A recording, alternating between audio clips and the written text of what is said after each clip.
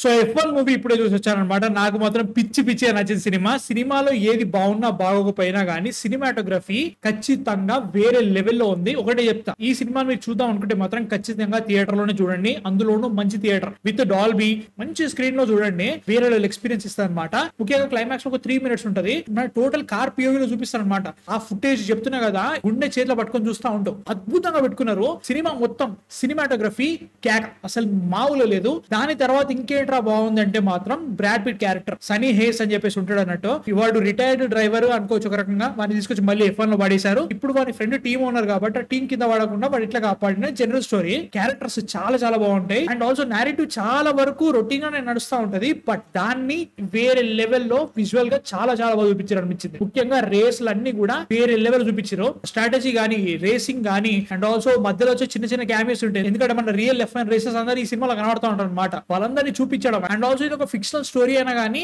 Real world కి వేరే level లో బ్లెండ్ చేస్తూ ఉంటారు అనమాట. అది మస్త్ అనిపిస్తుంది. ఈ సినిమాని ప్రొడ్యూస్ చేసింది లూయిస్ హామిల్టన్. చాలా మంది ఉన్నారనమాట. Lewis Hamilton, Charles Leclerc and also Max Verstappen వీళ్ళందరినీ చూపించారు. వేరే లెవెల్లో ఉండే. నేను ఒక పెద్ద F1 ఫ్యాన్ ని, అందులోనూ నేను ఒక ప్యూర్ F1 ఫ్యాన్ మేనియాలో ఉన్న క్రౌడ్ తో చూశాను. వేరే లెవెల్. మన తెలుగు హీరో స్క్రీన్ మీదకి వస్తే మనం ఎట్లా అరుస్తామో, స్క్రీన్ మీదకి రేసర్స్ వస్తుంటే ఆ రేంజ్ లో అరుస్తున్నారు. వాళ్ళు పిక్చరైజ్ చేసిన విధానం వీళ్ళు ఎట్లా చేశారా అనే ఫీలింగ్ వస్తుంది అనమాట. కార్ లో ఉన్న ప్రతి యాంగిల్ నుంచి ఫుటేజ్ లాగాడు. అమ్మ బాబోయ్ వేరే లెవెల్ ఉంది. ఈ సినిమా డైరెక్టర్ మనకి టాప్ గన్ మ్యావరిక్ డైరెక్ట్ చేసిన ఆయననే.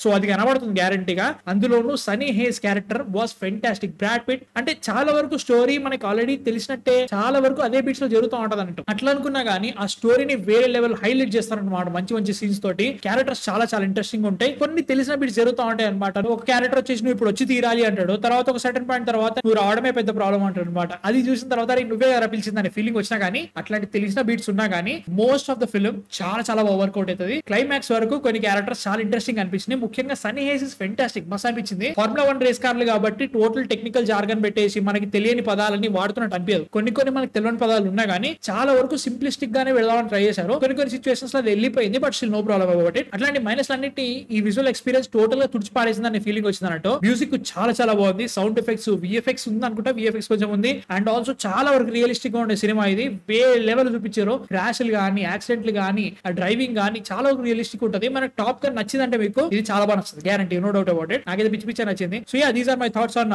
F1. ఇంకో రివ్యూ ఇచ్చాను. ఆ రివ్యూ చూడండి. దానిలో సగం చెప్పారనమాట. తర్వాత ఎప్పుడైనా టైం ఉంటే మాట్లాడుకుందాం. స్క్విడ్ గేమ్ 3 ఉంది. అది కూడా చూసి రివ్యూ ఇస్తా. కాంటెంట్ నచ్చితే మాత్రం సబ్స్క్రైబ్ కొట్టేసి మా నెక్స్ట్ వీడియోతో మళ్ళీ కలిసి మ్యాన్ ఫిక్షన్ సైనింగ్ ఆఫ్.